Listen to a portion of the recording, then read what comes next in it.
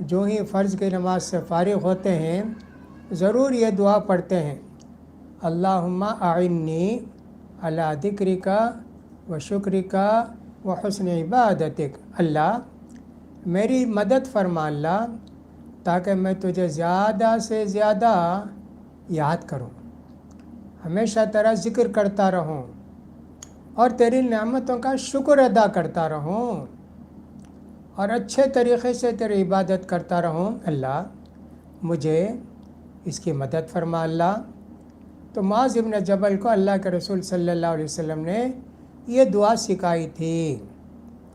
اسی طرح اللہ کے رسول صلی اللہ علیہ وسلم فرماتے ہیں اللہ کو یہ بات بہت پسند ہے، اللہ کو یہ بات بہت پسند ہے آدمی ایک گھونٹ پانی پی کر اللہ کا شکر ادا کرے، ایک لقمہ کھا کر اللہ کا شکر ادا کرے، یہ اللہ کی نعمت۔ تو لہٰذا اللہ کی نعمتیں کتنی ہیں سوچ بھی نہیں سکتے ہم، اللہ کی نعمتیں ہمارے اوپر کتنی ہیں۔ تو لہٰذا شکر ایک ایسی عبادت ہے جو اللہ کو بہت پسند ہے۔ اس نعمت کو ادا کرتے کرتے اللہ کے پاس یہ بندہ محبوب بن جاتا ہے، اللہ کے محبوب بندوں میں سے اس کا وہ شمار ہونے لگتا ہے۔ تو لہٰذا ہم کو چاہیے کہ زیادہ سے زیادہ اللہ کا شکر ادا کرتے رہیں، تو اس کی وجہ سے اللہ تعالیٰ ہماری مدد بھی فرمائے گا اور اللہ تعالیٰ ہماری عبادت کو قبول بھی کرے گا۔ سورہ انفال کے اندر بھی اللہ نے کہا لوگو بدر کی لڑائی میں اللہ نے تمہاری مدد کی نا اور تم کو عمدہ حلال غذا دی نا، اب تم کو اللہ کا شکر ادا کرنا چاہیے۔ یعنی اللہ کی نعمت اتنی ہے، سر کے بال سے لے کر پیر کے ناخن تک اگر ہم گننا چاہیں تو اللہ کی نعمتوں کی گن نہیں سکتے۔ اللہ نے قرآن مجید کے اندر 2 جگہ فرمایا وَإِن تَعُدُّوا نِعْمَةَ اللَّهِ لَا تُحْصُوهَا إِنَّ الْإِنسَانَ لَظَلُومٌ كَفَّارٌ، اگر تم اللہ کی نعمتوں کو گننا چاہو تب بھی تم نہیں گن سکتے۔ یہ انسان اتنی نعمتیں پا کر بھی اللہ کا ناشکرہ ہے اور اللہ کا نافرمان ہے۔ تو اللہ کی نعمتیں کتنی ہیں، آنکھ کتنی بڑی نعمت ہے، اس نعمت کی قدر اندھوں کو معلوم ہوگی۔ پیدا ہوئے ماں کے پیٹ سے اندھے 40 50 60 70 80 سال کے ہو کر انتقال ہوئے، کسی کو نہیں دیکھے، نہ ماں کو دیکھے، نہ باپ کو دیکھے، نہ بیوی بچوں کو دیکھے، نہ آسمان کو دیکھے، نہ چاند سورج کو دیکھے، نہ زمین کو دیکھے، نہ درخت، کچھ بھی دیکھے ہی نہیں۔ کتنی بڑی نعمت ہے۔ اسی طرح جو لوگ بہرے ہوتے ہیں، بوڑھے ہوتے ہیں، ان کو کان کی نعمت معلوم ہوگی، کون کون کیا کیا بولے، کسی کی بات سنائی نہیں دی ان کو۔ یہ سب اللہ کی نعمتیں ہیں، کان ہو، آنکھ ہو، زبان ہو، منہ ہو، یہ سب اللہ کی نعمتیں ہیں۔ امام ابن قیم رحمۃ اللہ علیہ فرماتے ہیں شکر کی 5 درجے ہیں یا 5 قاعدے ہیں۔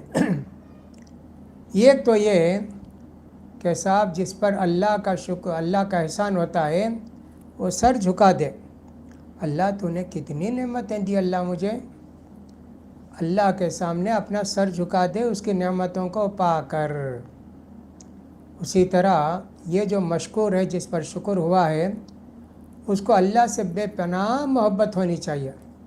اللہ میں کسی لائق نہیں، تو نے اس پر اتنا کرم کیا، اتنا احسان کیا، لہٰذا ایک بات تو یہ کہ سر جھکا دے، دوسری بات یہ کہ اس کے احسان کو مانے اور اللہ سے محبت کرے، اور پھر اس کی نعمتوں کا اعتراف کرے اور اس کی تعریف کرے، اس کی تعریف کرے اور اس کے احسان کا آدمی کو قدردان ہونا چاہیے، اعتراف کرنا چاہیے۔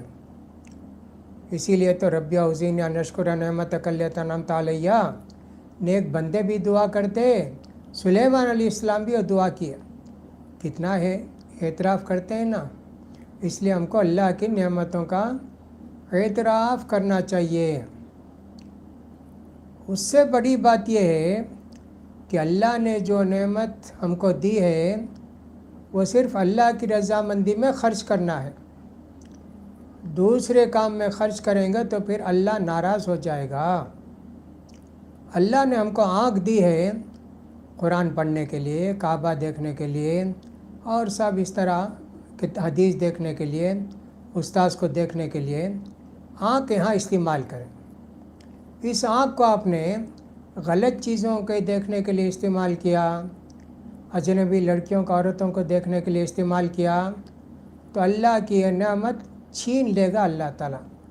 اگر اللہ کی نعمت کی قدر نہیں کرتے ہیں تو اللہ تعالیٰ اپنی نعمت واپس لے لیتا ہے. اس کا ہم کو خیال کرنا چاہیے.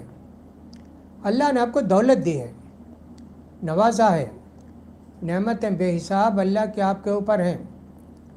آپ نے دولت پا کے کبھی صدقہ نہیں کیا، خیرات نہیں کی، زکوٰۃ نہیں نکالا، غریبوں کے کام نہیں آئے، تو کیا دولت رہے گی آپ کی؟ یہ دولت تو جہنم میں لے جائے گی آپ کو. جو نعمت اللہ نے دی ہے اس کو اس راستے میں خرچ کرنا چاہیے. دوسرے راستے میں، غلط راستے میں خرچ کریں گے تو اس کی باس پرس ہوگی اور سخت سزا ہوگی. اللہ نے آپ کو طاقت دی ہے، بہادری دی ہے. آپ غریبوں کے کام آؤ، لوگوں کی خدمت کرو اور لوگوں کے کام آؤ. ایسا نہیں ہے کہ آپ کو اللہ نے طاقت دی ہے ظلم کریں، لوگوں کو ماریں، لوگوں کو تکلیف دیں. ایسا نہیں ہونا چاہیے. یہ طاقت دو طرح کی ہوتی ہے. ایک طاقت تو آپ کے بدن میں، جسم میں اللہ نے رکھی ہے. جیسے پہلوان لوگ ہوتے ہیں، کتنی طاقت ان کو ہوتی ہے. 20-10 آدمی کھڑے ہوئے تھے، وہ اٹھا کے پھینک دیتے، اتنی بڑی طاقت. ویسے اللہ کے رسول کے زمانے میں بھی ایک پہلوان تھا، پڑھ نہیں سکتے تھے، اتنا طاقتور. چیلنج کیا، ہے مسلمانوں میں کوئی میرا مقابلہ کرنے والا؟ اللہ کے رسول نے اس کا چیلنج قبول کیا اور اللہ کے رسول نے اس کو پچھاڑ دیا اور اس کی ناک چٹا دی زمین میں. تو کہنے لگا، محمد تم نے مجھے پچھاڑ دیا، آج تک دنیا میں مجھے کسی نے نہیں پچھاڑا اور پچھاڑ بھی نہیں سکتے تھے 10-20. اللہ کے رسول کی طاقت کتنی تھی؟ تو ایک تو جسمانی طاقت اور دوسری طاقت ہے پاور کی، اقتدار کی، حکومت کی. حکومت پا کے لوگوں کی خدمت کرنا، لوگوں کے ساتھ احسان کرنا، لوگوں کے آرام کا خیال کرنا، لوگوں کی ضرورتوں کو پورا کرنا، انصاف کرنا، ان کا حق ادا کرنا، یہ ساری چیزیں یہ بھی اللہ کی ایک نعمت ہے نا. قل اللہم مالک الملک تؤتی الملک من تشاء وتنزع الملک ممن تشاء. اللہ تو سارے زمین آسمان کی بادشاہ تیرے ہاتھ میں اللہ ہے. تو جس کو چاہتا ہے بادشاہ دیتا ہے اور جس سے چاہتا ہے بادشاہ چھین لیتا ہے. لہٰذا ایک طاقت ہے پاور کی. تو پاور بھی آدمی کہاں استعمال کرے اس کو اللہ تعالیٰ نے بتا دیا. لہٰذا ہم کو چاہیے کہ اگر ہم کو جسمانی طاقت ہے تو بھی، اور اگر پاور کی طاقت ہے تو بھی، جس سے فائدہ ہو سکتا ہے لوگوں کو اسی کام میں استعمال کرے. غلط راستے میں استعمال کرے، یہ جس کو جسمانی طاقت ہے بیمار پڑ جائے گا اور صاحب اس کو کمزوری ہو جائے گی. جیسے تھوڑی دیر کے لیے سمجھ جائیں بے حساب شوگر ہو گئی، یا آج کے حساب سے سمجھ لیں کہ اتنا پہلوان تھا، کرونا وائرس نے اس کو آ کر پکڑ لیا، اتنا بڑا پہلوان تڑپ تڑپ کے مر گیا. اس طرح. اور جن کو حکومت دیا اگر اس کی قدر نہیں کرے، انصاف نہیں کیے تو اللہ تعالیٰ پاور چھین لے گا. آج کل کے حساب سے آئندہ الیکشن میں جیتیں گے نہیں، ہاریں گے، اور ہاریں گے تو اس سے پہلے جن کو ستائے تھے وہ لوگ بدلہ لیں گے تم سے.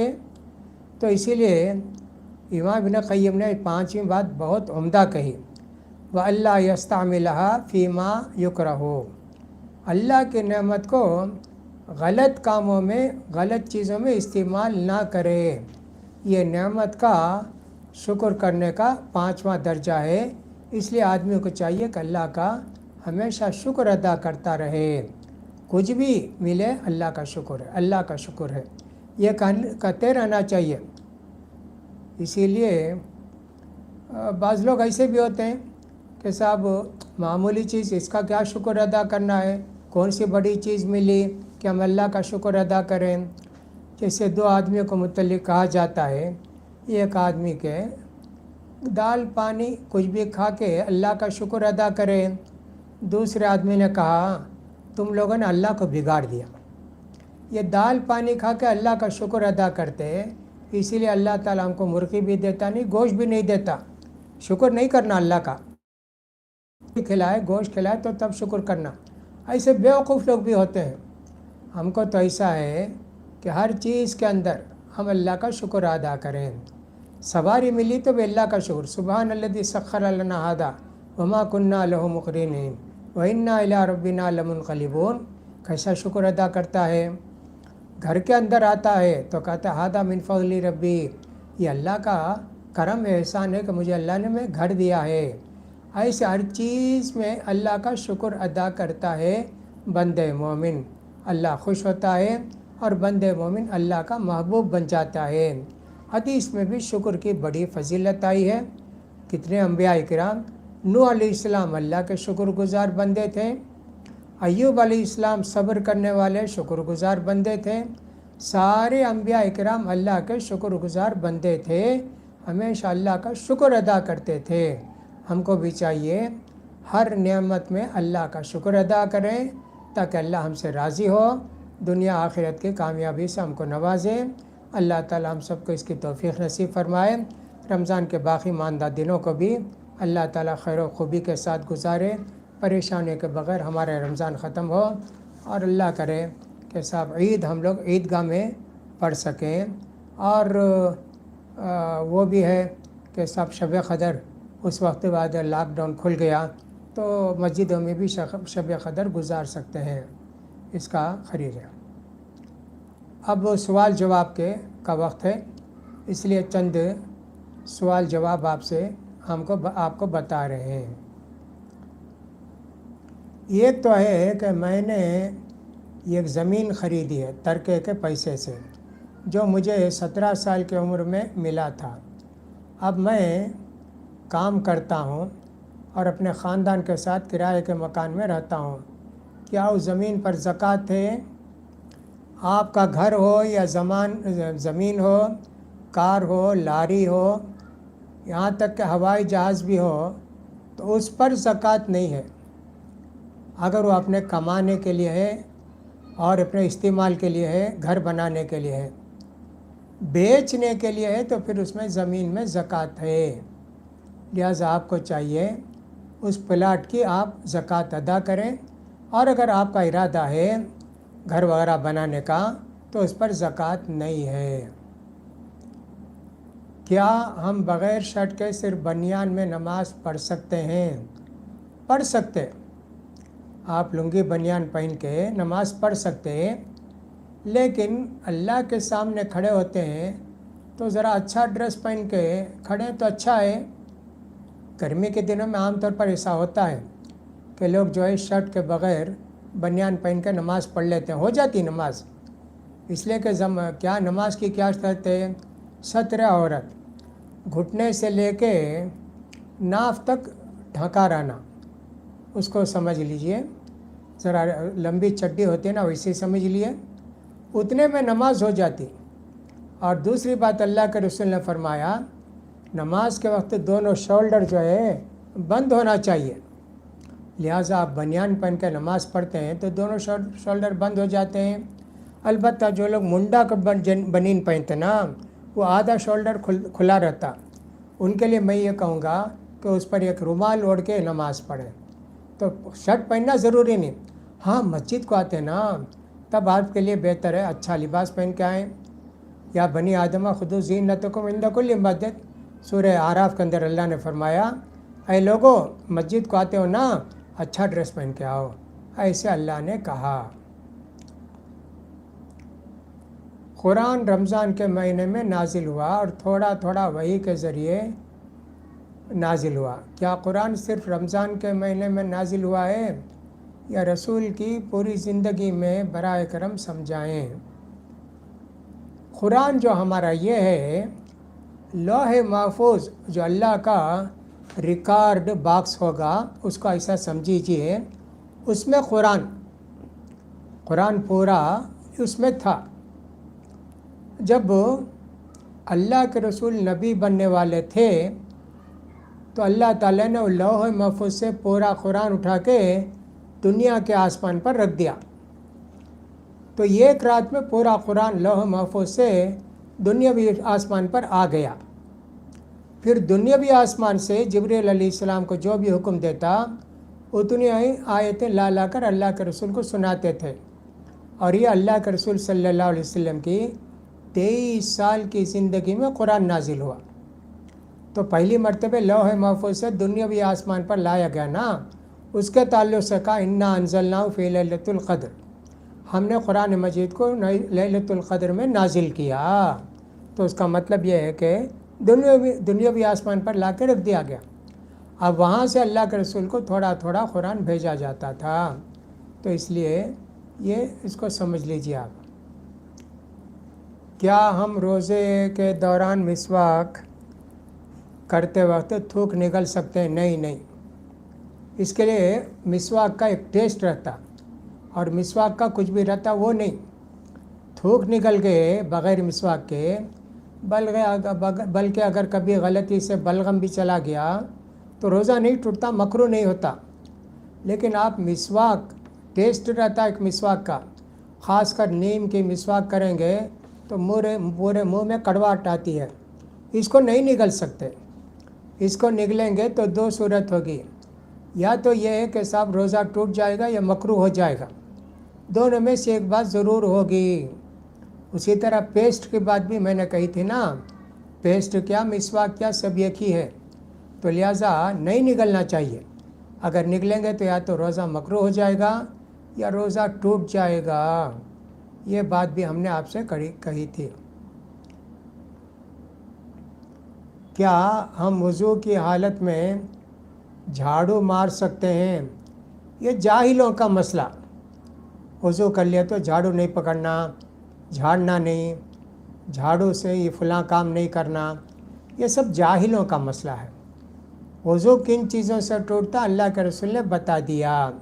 سامنے کے راستے سے، پیچھے کے راستے سے کوئی چیز نکل جائے، ہوا نکل جائے، پیشاب نکل جائے تو روزہ یہ وضو اس سے ٹوٹ جاتا ہے۔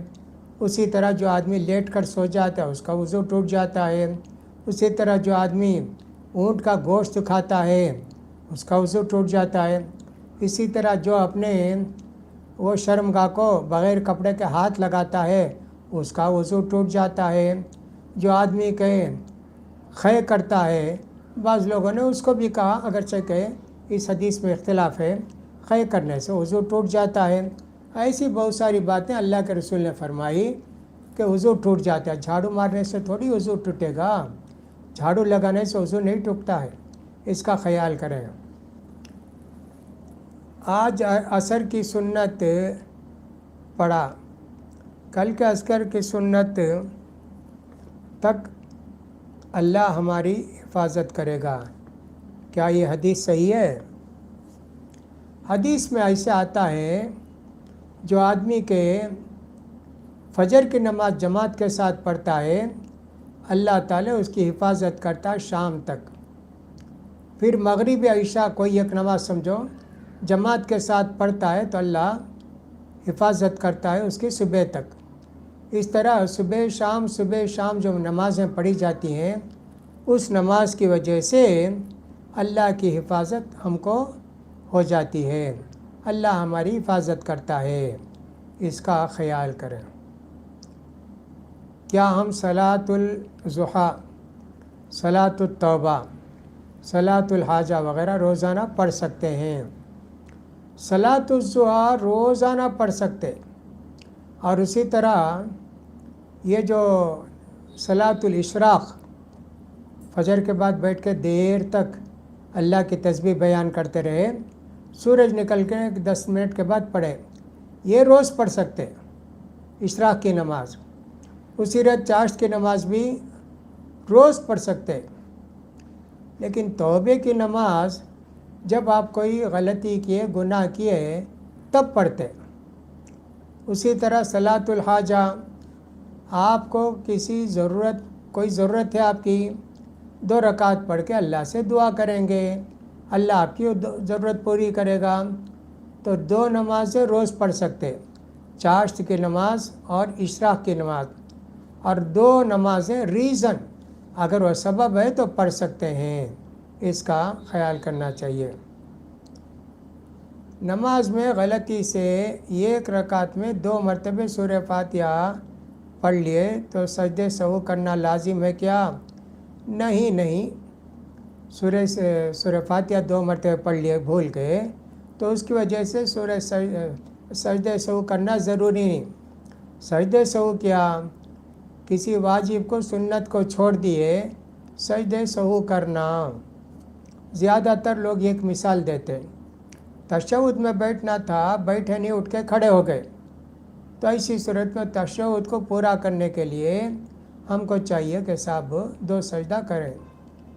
کچھ لوگوں نے یہ بھی لکھا رکوع میں پڑھنا چاہیے سبحان ربی العظیم، یہ رکوع میں پڑھے سبحان ربی الاعلیٰ، سبحان ربی الاعلیٰ، تشہد میں یاد آئے کہ میں تو غلط پڑھا، ایک سنت چھوڑ دیا نا، تو اس لیے علماء نے لکھا ہے ایسی صورت میں سجدہ سہو کرنا، سجدے میں پڑھنا ہے سبحان ربی الاعلیٰ، یہ آدمی سبحان ربی العظیم پڑھتا رہا سجدے میں تو اس کو بھی چاہیے کہ سجدہ سہو کر لے، لیکن سورہ فاتحہ 2 مرتبہ پڑھنے سے آپ کی نماز ہو جاتی ہے، سجدہ سہو کی ضرورت نہیں۔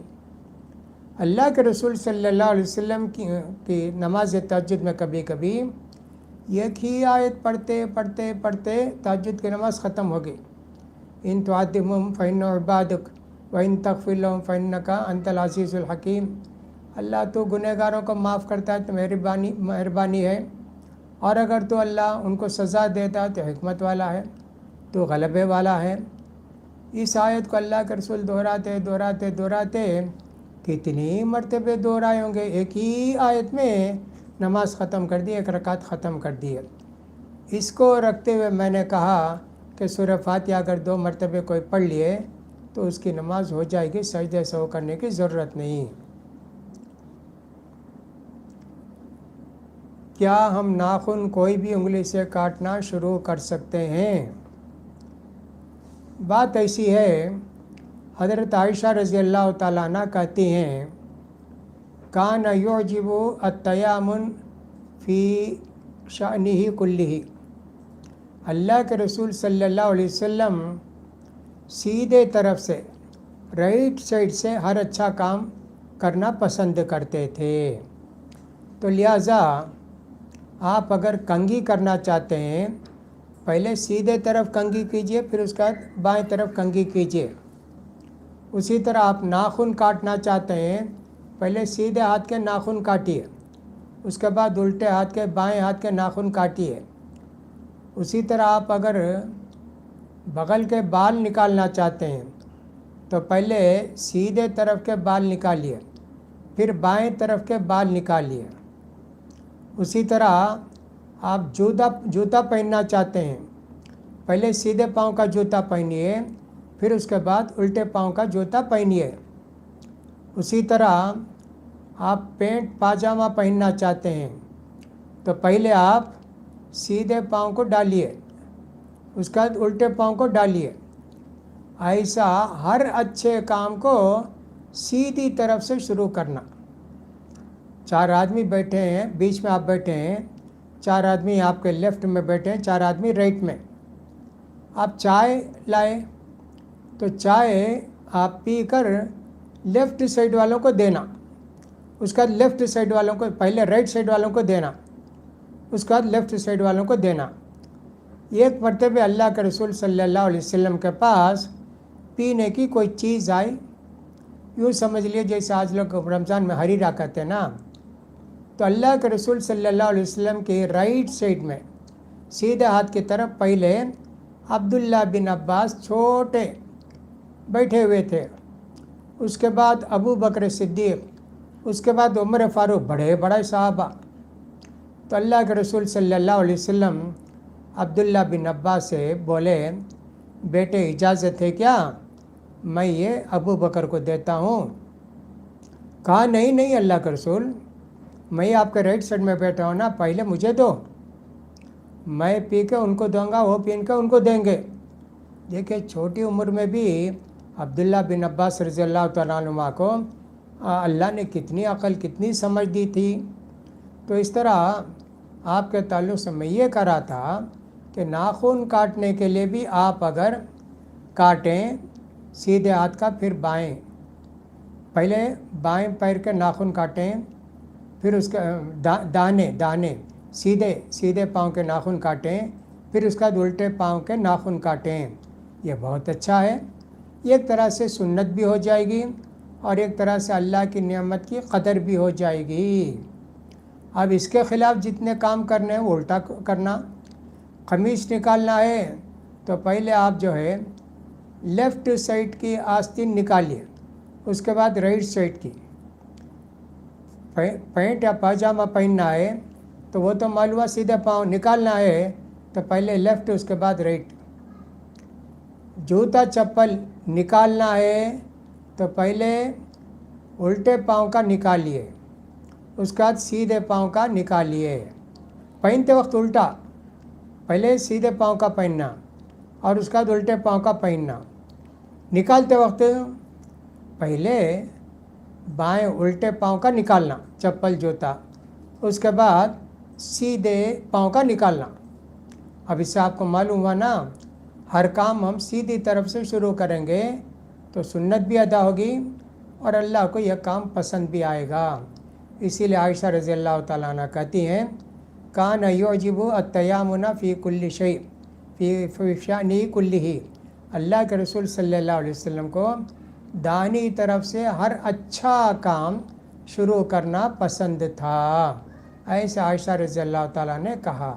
تو آپ بھی اس کا خیال کیجئے۔ اسی لیے مسجد کو جاتے ہیں تو پہلے آپ سیدھا پاؤں رکھتے ہیں، پھر الٹا پاؤں رکھتے ہیں، ایسے کرنا چاہیے۔ یہ کہ صاحب رسول کی زندگی میں براہ کرم سمجھیں، نبوی زندگی میں، وہ تو 23 سال کی زندگی ہے نا، وہی نبوی زندگی ہے۔